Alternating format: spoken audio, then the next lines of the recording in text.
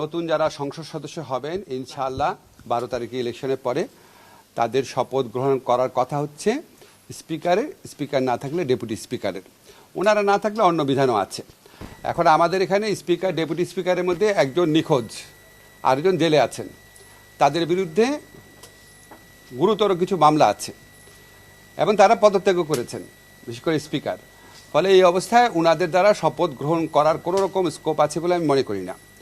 আমাদের আইনে আছে ওনারা যদি শপথ গ্রহণ করাতে না পারেন তাহলে রাষ্ট্রপতি কর্তৃক মনোনীত, অর্থাৎ প্রধান উপদেষ্টার পরামর্শক্রমে রাষ্ট্রপতি কর্তৃক মনোনীত ব্যক্তি শপথ গ্রহণ করাবেন।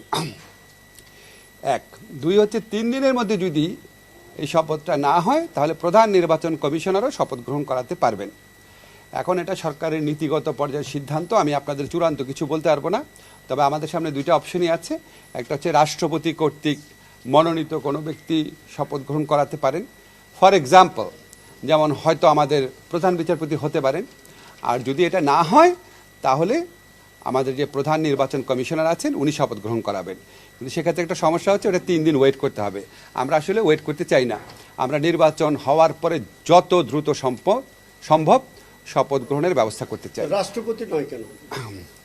রাষ্ট্রপতি করার তো বিধানই নাই। এমপি না, মন্ত্রীদেরকে তো রাষ্ট্রপতি করেন সবসময়। আমরা তো এমপি নিয়ে কথা বলছি রে ভাই, এমপি নিয়ে কথা বলছি। এখন তারপর কি হবে ওনারা নিজেরা বুঝবে। আমরা এখন এমপিদের শপথ গ্রহণের কথা বলছি। আর এখন আমার এখানে পার্লামেন্ট সেক্রেটারিয়েটে যে আপনার সিনিয়র সচিব আছেন উনি আসবেন, ওনার সাথে কথা বলবো, আইন টাইন দেখবো, তারপরে চূড়ান্ত পর্যায়ে আমি আমাদের মাননীয় প্রধান উপদেষ্টা আছেন ওনাকে আমার অভিমত জানাবো। ধন্যবাদ। হ্যাঁ, এখনই আসবেন উনি। আমি আপনাদের যা বললাম এর বাইরে কোনো কিছু হওয়ার চান্স কম না, সেটা না। আমি আপনাদেরকে যেটা বলছি সেটাই হচ্ছে। এখানে দুইটা অপশন আছে, মানে আবার রিপিট করতে হচ্ছে একই জিনিস। এক হচ্ছে এখানে সাবেক স্পিকার এবং ডেপুটি স্পিকারের শপথ গ্রহণ করানোর কোনো স্কোপ নাই, নাম্বার 1। নাম্বার 2 হচ্ছে ওনাদের নির্বাচনের ফলাফল ঘোষণা হওয়ার পরে 3 দিনের মধ্যে যদি শপথ পড়াতে হয় তাহলে রাষ্ট্রপতি কর্তৃক মনোনীত, প্রধান উপদেষ্টার পরামর্শক্রমে রাষ্ট্রপতি কর্তৃক মনোনীত কোনো ব্যক্তি শপথ গ্রহণ করাবেন। সেটা আপনাদেরকে আমি এক্সাম্পল হিসাবে বলেছি। এটা আমাদের বর্তমান প্রধান বিচারপতি রাজি থাকলে উনিও হতে পারেন। আর বলেছি 3 দিনের মধ্যে যদি শপথ গ্রহণ করানো না যায় কোনো কারণে তাহলে এরপরে প্রধান নির্বাচন কমিশনার শপথ গ্রহণ করাতে পারবেন। ঠিক আছে?